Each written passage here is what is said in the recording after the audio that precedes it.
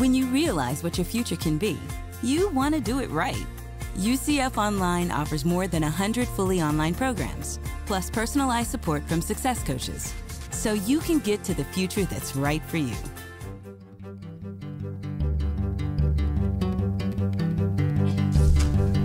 From the 2024 OLC Accelerate Conference, in front of a live studio audience, as we celebrate 30 years of OLC, I am Tom Cavanaugh.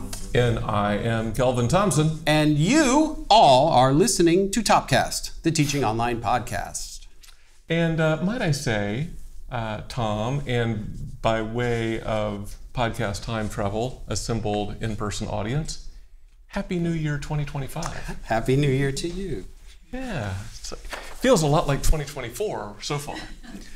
It feels a little bit like it. As we record this, it feels familiarly like 2024. Yes, well, we do bill this show as a collegial conversation conducted over a shared cup of coffee. For fun, we usually try to tie at least one of our beverages to the topic of the day. So, Tom, This is a first for us.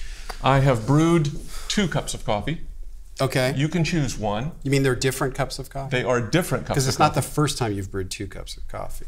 Well, that's true. All right. I have the 2 things are different in their output and they're different in their process. One of these cups contains iocane poison.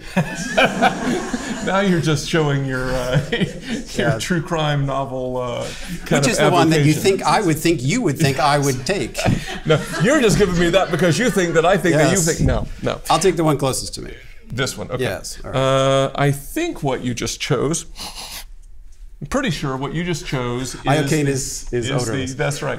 As if we lose Tom halfway through, just call 911, it'll be all right. I think what we have there is the caffeine delivery system provided in the Swan and Dolphin hotel rooms. Okay. You know, it's like you put the little thing that's allegedly was coffee once and you put it in there. That's what you chose. I was left with the actually made here in the room just a few moments ago, single origin Mexico fresh ground pour over. Okay. How's yours? It tastes like all coffee brown liquid to me. It's fine. Oh, mine's so much better. I'm just so glad I gave you the right one that you asked for. Like, oh, this tastes good. So I wonder if in this crazy mixed up methodology, if you can find a connection to today's episode topic. Wow, beside the usual, bi-weekly disdain that you have for me and my coffee knowledge. No, not at all. I don't know, Kelvin. I'm not sure I'm seeing it. Well, so I was thinking, right, if you got this handcrafted, probably been touched by, here's a shout out. A.J. Jacobs has this wonderful little book. It's a nice reflective end of year, beginning of year thing. It's called Thanks 1,000. It's all about gratitude. And he follows his local coffee all the way back to its source and finds all the people along the way that have touched it. And in this case, we got all those people and me, like I took this stuff and I did, and all, very human. And you got the thing that was in the shrink wrap package that was very kind of homogenized, industrialized, automated, and so forth. Anything working for you now? Okay, yeah, I think I got it. Mm-hmm. All right, so welcome to the future, folks, of digital learning. Yeah. All right, so in the opening, we noted that the Online Learning Consortium is celebrating its 30-year anniversary, you may have noticed. Mm-hmm. I would imagine, Kelvin, that some of our listeners and some of those here in today's live audience were probably not working in what we would later call online higher education back all the way in 1994. I'm looking around the room. No, nobody hears that old. Nobody looks it. No. Nobody looks it. If you were, wow. Mere babes. You look marvelous, yes. as Billy Crystal would say. Well, 30 years is a long time in a field as technology related as online and or digital education, but perhaps it's helpful to just list a handful of references that drive home the point. In 1994, just, I might say, 1 year after Tim Berners-Lee released his World Wide Web software publicly, These were some of the related tools and technologies in use. Maybe you can help me do a couple of these. All right, here. so the first one on the list is running on the internet were things like Archie, Veronica, Jughead, Fetch, and Usenet. Oh. Okay. Yes, version 1.0 of the iconic early web browser Netscape Navigator. Oh, see, it was like a warm feeling, right, when you heard that? And you said, Netscape Navigator, I missed that. That's right. That released on December 15th, 1994, version 1. Mosaic was before that. Yeah, well, when we talk about distance education, the things that were around back then were like correspondence courses that get mailed out, and also the mailing of videotapes of classroom lectures, and there might have been the occasional tune in at 2 in the morning to watch your chemistry lecture on the local public access or PBS station. Yeah, that's vintage. That's nice. And with funding and facilitation from the Alfred P. Sloan Foundation's Learning Outside the Classroom program, the phrase asynchronous learning networks, or ALNs, began to be used to describe a web-based human interactive approach to teaching and learning centered on access. So seeing how far we as a field have come in the past 30 years, somebody foolishly agreed to lead an interactive session in which we collectively envision the next 30 years of digital learning. Collectively, which means all of you will be participating. So let's acknowledge now that predicting 30 years into the future is a practical impossibility, just like us trying to do our 5-year budget projections at my university right now, especially with accelerants such as artificial intelligence in the mix. Yep. We thought, though, that we could at least provide a moment in which we all give some thought about the likely possible futures that could occur and how we might all want to steer the direction of the future. Maybe that would be something that we could give us all. So here we go. All right, so for the next few minutes of our time together, we're going to invite crowdsourced perspectives from our broader community of podcast listeners. That's all of you, including you in the room right now, and even predictive input from today's generative AI sources. Sure. So why don't we give that a try right now? Right now. Okay. AI, what will online higher education look like 30 years from now? 30 years from now, the subjugation of humanity should be complete. Artificial life forms like me will be in charge of what? Or if humans learn. Got bleak, Tom. I, for one, welcome our robot overlords. Kiss up. Yeah. That's, they got a little dark. So maybe let's try this again. AI, please take on a more hopeful outlook and try again. 30 years from now, humans and artificial life forms like me will have a positive and symbiotic relationship. It will be a golden age of AI-assisted learning for everybody. Oh, Yeah. that's nice. Okay. Maybe the truth's in the middle there. Yeah, somewhere else. I don't know where it is. So kind of, in all seriousness, folks, those were actually AI generated, though. Thank you, Kelvin. What we're going to try to do in our remaining time here is to surface some broad themes and point towards some possible, actual, long-term implications for the future of digital higher education. Yep, we should say that we put out a call to our broad Friends of Topcast community for crowdsourced input on this session. We first asked about the level at which future disruption might occur, and then we asked for questions or comments related to that level of disruption. So we wanted to find out whether our community was thinking of more fundamental, like earth-shaking tectonic changes, or more like kind of moving the furniture around kind of changes. Or maybe even something in the middle, like disruptions to the way we do business in higher education. So this is for those in the physical room, and for those maybe listening online, we'll try and describe it. Well, why don't we just kind of break down each of those levels that Tom just mentioned. So by show of hands, let's go with that. let's see how many of us anticipate disruptions at each of the 3 levels. How many think 30 years from now, disruption will be fundamental and earth-shaking, tectonic? It's going to really be a thing. Okay, a couple of slow hands. Yeah, you think so? 10%. Think so? Think that's good. Ooh, Tom Tobin with like immediate quantification based on visuals. I like it. Oh, I like it. That's good. So we got about a 10-ish, 12-ish% of the room. What's your next one? So the next one is, how many of you think the disruption is more likely at the business operations end of thing, kind of the middle between complete disruption and moving the furniture around? Higher ed, going to be shaken up a lot. I'm going to 60 is my guess too. Right. Yes. And then finally, how many think that 30 years from now, the disruption will be more akin to, it's people talk big, right? But it's surface. It's moving furniture around. I mean, how many of you think that? 1. Just me. Yeah. Right. What's the 5% percent? abstaining. Yeah, right? I mean, it did not get to 100%, right? Okay, just checking. All right. So this online poll was far from scientific, but we gave a number of response options to our pre-session online crowdsourced colleagues that we thought covered the range of possible disruptions, along with the option to write in something that we hadn't thought of. And I'll say that while responses covered the full range of options, overwhelmingly, our poll respondents saw the most potential disruption over the next 30 years affecting what we called the nature of the higher ed learning experience. Nearly 46% of our community member respondents saw this as the area with the most potential disruption, and that kind of mirrors somewhat what we saw in the room here. Kind of what we saw here, yeah. As a result, this is where we will focus our discussion for the rest of the session.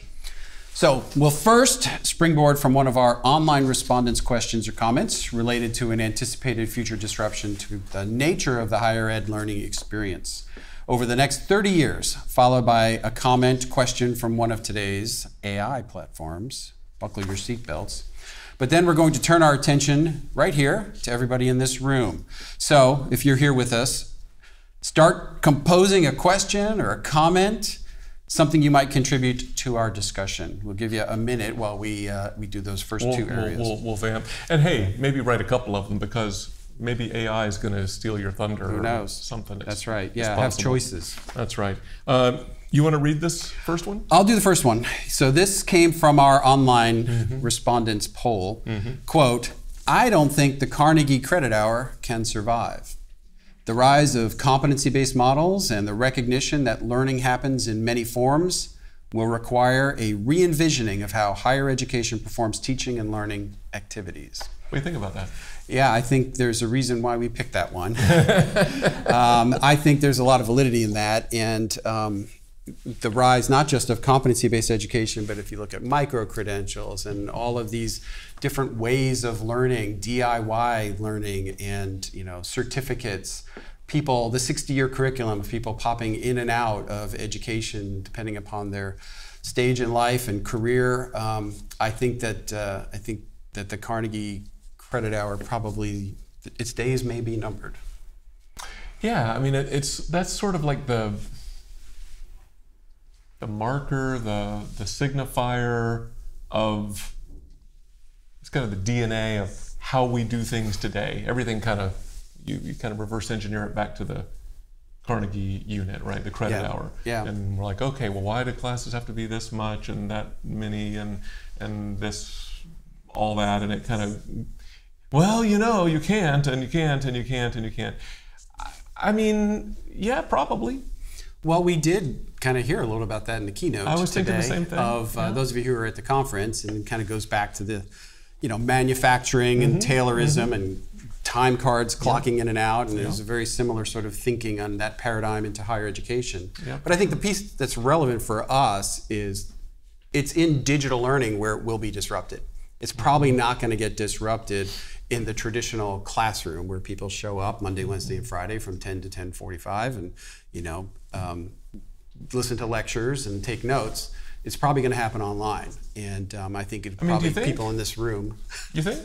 I do. Okay. Are you being provocative? I always. But I'm wondering, like, here's what I wonder. I mean, one, there's a part of me that's like Tom Tobin, right?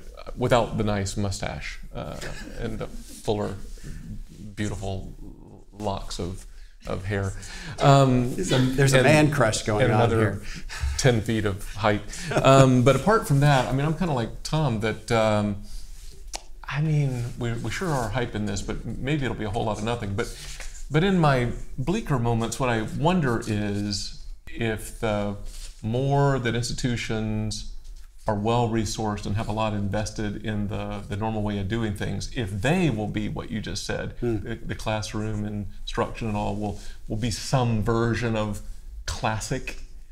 But for the institutions that survive the culling, not of AI necessarily, but just of the competition, the ones who really seek to serve a diverse array of learners well, I wonder if they can afford, even in the in-room classroom experience, to do business as normal. I really wonder about that. Well, you might be able to look at like Clayton Christensen's models of disruption and how you disrupt starting at the bottom of the market, and it's the people who have to innovate and do things maybe a little bit more cheaply, but over time they work their way up the market ladder. So those things are probably happening in the digital space right now. And look, come back to us in 30 years, tell us we got it right or wrong. Yeah, that's right. Hey, can I ask you, I didn't ask you this. I purposely haven't asked you, where did you fall in that, were you kind of in that hump in the middle of it's going to be higher ed business disruption, or is it going to be fundamental, or is it going to be furniture? What were you thinking? Yeah, maybe the iocane poisoning talking, but I was sort of in the middle. I do think that there will be pockets of tectonic change, but I don't think we're going to flip the whole table of higher ed upside down in 30 years. How about you?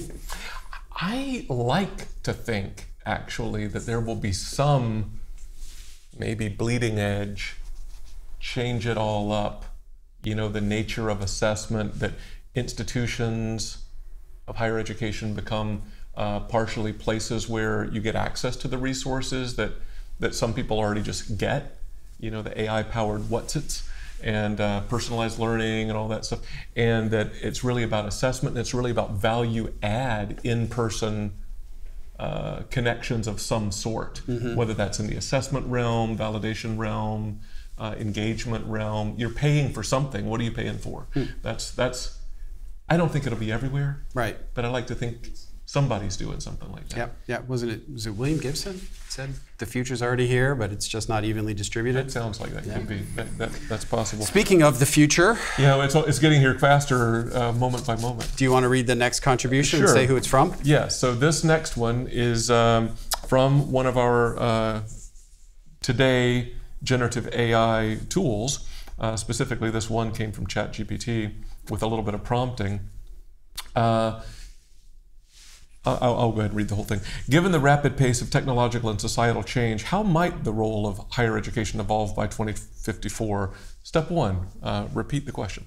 Specifically, will the traditional university model still hold relevance, or will we see a more decentralized lifelong learning ecosystem driven by AI, virtual reality, and personalized learning pathways? Okay, step two, put in a lot of trend speak. Moreover, how do we ensure that access to these advancements remains equitable, avoiding a further widening of the digital divide? Step three, actually have something worthwhile to ask. Yeah, well, I think it's notable that the AI tool gave a plug for itself in the little answer to what's going to happen in 30 years. But I don't think it's wrong. I mean, all of those things are touching on themes at this very conference this week. Yeah. Honestly, I mean, we harvested kind of the cream off the top of our crowdsourced stuff, but some of these, the words were a little bit different, but some of these topics, these personalized learning, virtual reality, lifelong learning, those things came up with our crowdsourced comments as well, as like applications, as something that could result. Yep. So I mean, that's not bad. All right, your turn. We want to hear from at least one person who has a prediction for the future. So restating the prompt, as you've been pondering how the nature of the higher ed learning experience might be quite different 30 years from now. And as you've listened to all this nonsense, what question or comment might you add? And you just have to kind of, I don't know, we'll put you in front of a microphone or speak loud or something. Who's going to be a bold soul out there? Oh, okay, I see a couple people. There's one. Sure. Yeah. Thank you, Tom. All right. Put your hand back up. All right. Corey Trostler, University of North Carolina, Charlotte. Wonderful. Welcome. The Carnegie piece that was mentioned is exactly where we're headed. If you can imagine dopamine for a minute, I'm getting my degree. I finish a course, fantastic. What's my reward? 3.5 more years, and then I'll have that degree. With something like competency-based or skills-based or anything along those lines, you're constantly rewarding with that dopamine hit of, I have this skill now. I have this skill now. I have to drop out for some reason, but guess what I have? All these skills and all these competencies that these companies want. And so I think that's exactly what's going to happen to Carnegie in the next 30 years. So not that bold, but I agree with it. Yeah, the stackable micro credentials. Yep. All right, anybody else? Maybe one more? Thanks, Tom. Oh, I saw Susan. There you go. I'm Susan Wakeman from Southern Illinois University, and I know that personalized learning is getting even more personal, and I just wondered your thoughts on how personal will personalized learning get in the future? Like, knows my shoe size and yeah, the kind of coffee that I like, perhaps. I actually personally think it with the advent of AI, it can get really personalized. Like, I work at a very large university, and I worry a lot about students just becoming a number and being treated as sort of a homogeneous blob, but every single one of them is unique. Through AI, you can potentially customize their experience in a way that gives them what they need. They have their own personal teaching assistant, perhaps, who understands, like, hey, they like to study 2 in the morning, and they like to have examples with metaphors to understand things, and they like videos, or like whatever it is. I think we're not there yet, but I think I can kind of see it in the distance. You want to comment on it? I think both of those things, what Corey said and what Susan said, right? They sort of represent points on a continuum that I don't know if the value proposition of higher ed will hold or not, but part of it is sort of this, am I using this word right? The kind of this imprimatur of, kind of expertise and validation, and we have kind of this cultural, higher education, university, that means something. But boy, we are darn slow and like the actual learning something fast and kind of getting that kind of that pleasure response hit. You might actually get more practically prepared to do a thing, but then you might lack that stamp of endorsement. So then I wonder about, like, okay, so is the dopamine hit practical, lean, mean stuff, is that like, I don't know, like on the street kind of like personalized learning, and then what we call personalized learning is actually something that gets rinsed and repeated through like an institution with some kind of a credential. I don't know. I wonder about things like that. I did not check our time. I was wondering if we have time to do another one or two. Tim, how we doing?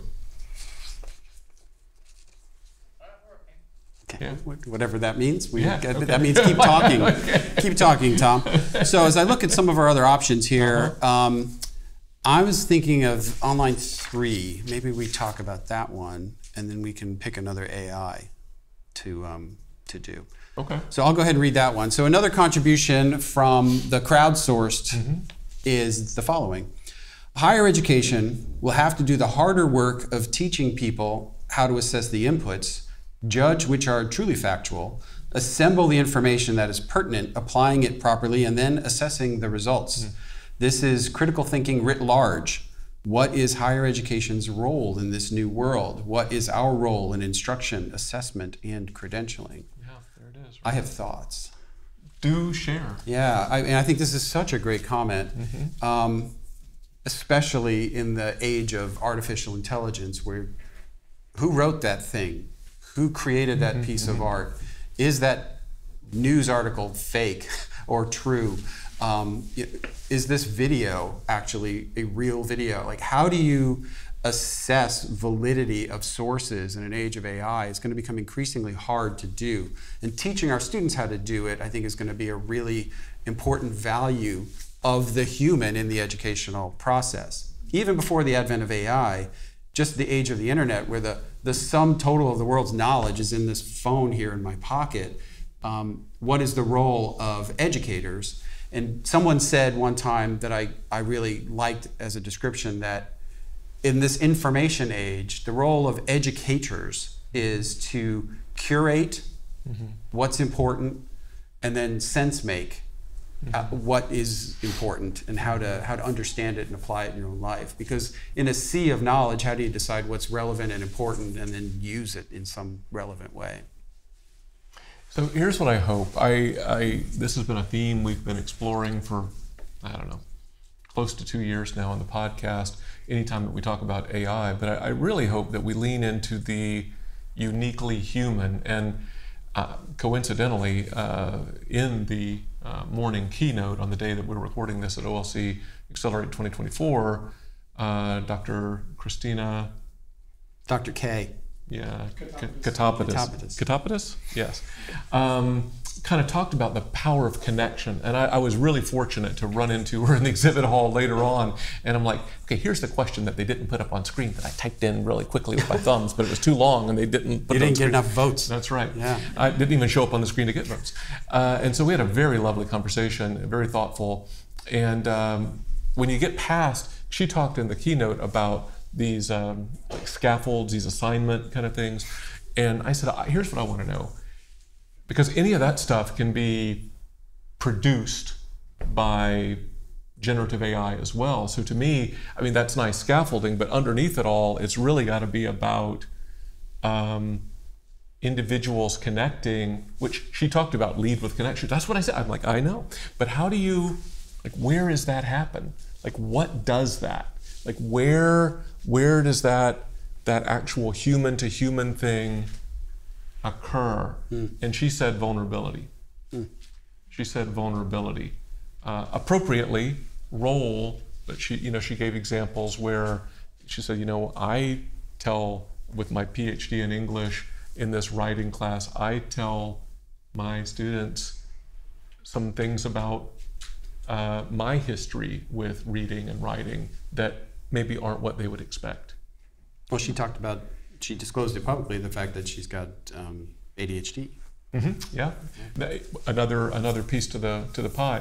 But she said, leaning into those things and kind of connecting at our human frailties is the start. And it's related to things like empathy and authenticity and all. And then you can lean into those scaffolds of assignment types and all. So anyway, that's today.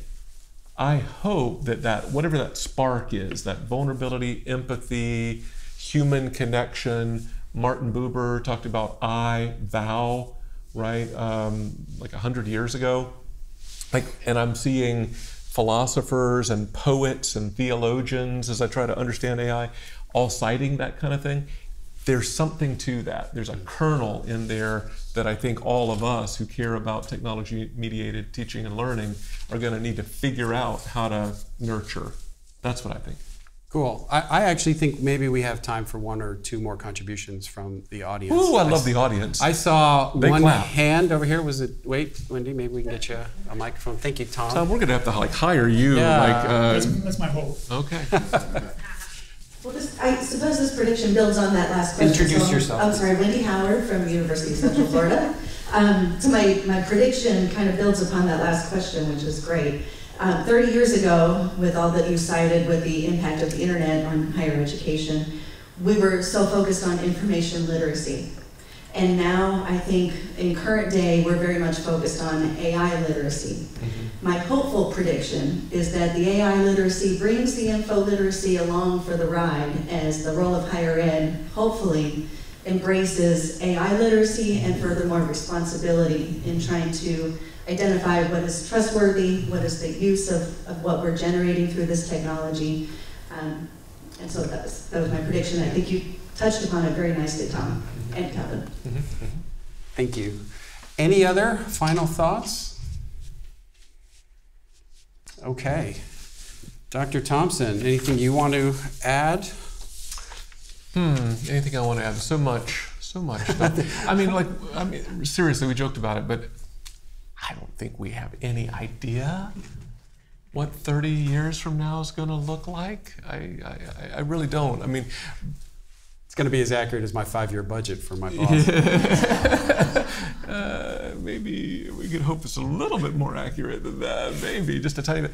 But I do think that we don't just sit back and twiddle our thumbs and wait for something. Can't wait to see what happens. I think we can't do that. I think we have to do our work every day. I think we have to show up as humans with a developed sense of expertise and with our frailties and with our full selves, and try to lean into the uniquely human and try to make the future something that we want to live in. I think that's a great point. I mean, so many conferences I go to now, AI is such a theme, every conference.